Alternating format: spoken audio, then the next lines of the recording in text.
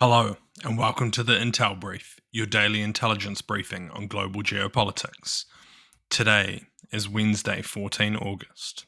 I'm your host, Daniel, the founder of HM Intelligence. Every weekday, we bring you not just the news, but the so what from events and decisions that shape our world. So grab a coffee and get ready to be informed. In today's update, we'll be covering Germany has issued an arrest warrant over the Nord Stream sabotage. The Venezuela elections lacked integrity, says the UN. And Russia declares an emergency in Belgorod. But firstly, German authorities have issued an arrest warrant for a Ukrainian diving instructor identified as Vladimir Z in connection with the sabotage of the Nord Stream pipelines in 2022. The investigation revealed that Vladimir allegedly carried out the attack with at least two other individuals who are also believed to be Ukrainian citizens.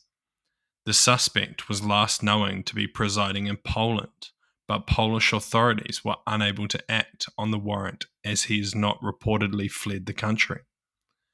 The German investigation found that the suspects used a German-flagged yacht to reach the pipeline location where the two men, including Vladimir, donned diving gear and carried out the sabotage.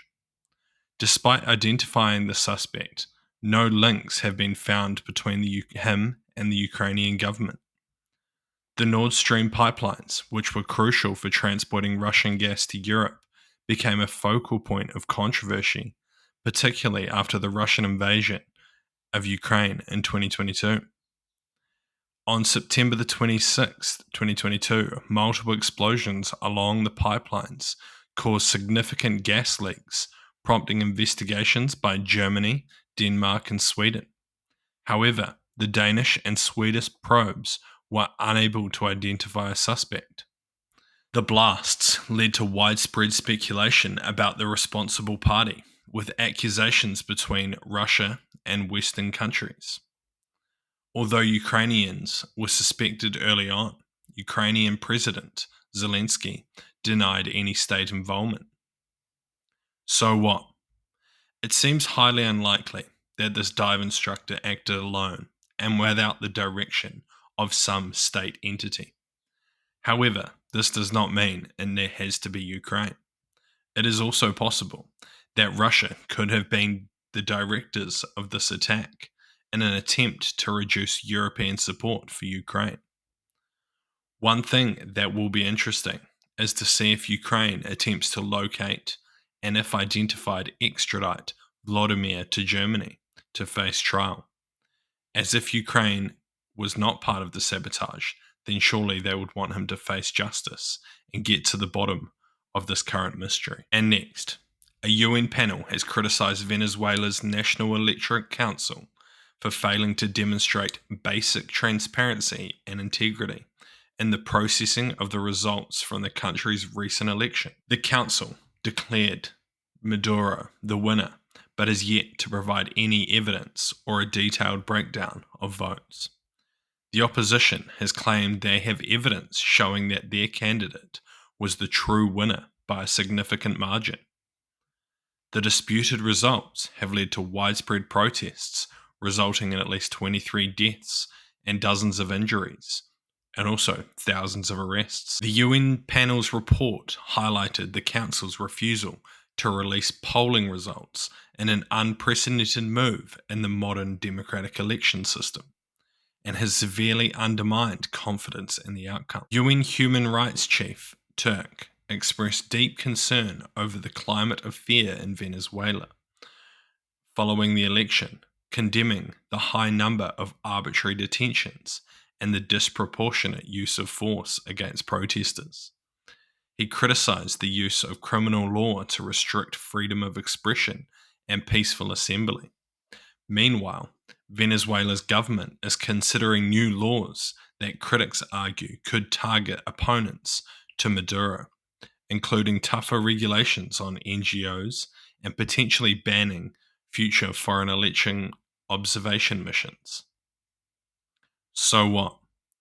While it seems highly likely that this election was fraudulent and that Maduro was not the legitimate winner, it seems unlikely that he will lose power within the next 6 to 12 months, regardless of even the UN's protests. Additionally, it is likely that Maduro's government will pass numerous laws to ensure their control going forward and to suppress any form of opposition. As is seen in a number of countries, leaders such as Maduro maintain control through the use of the military, and so long as he has control of the military, he will stay in power.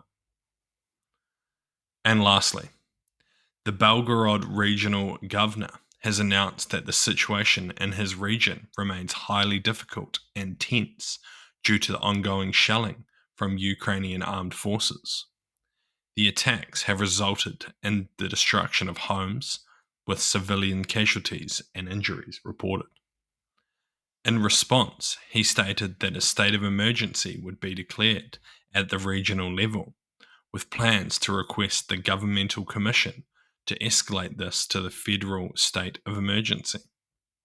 This announcement came shortly after Russia's Kursk region, also bordering Ukraine, declared a state of emergency following their largest land incursion into Russian territory since World War II.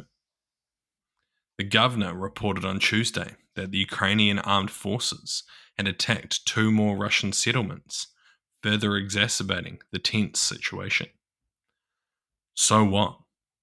The Ukrainian offensive is causing Russia significant drama at this stage.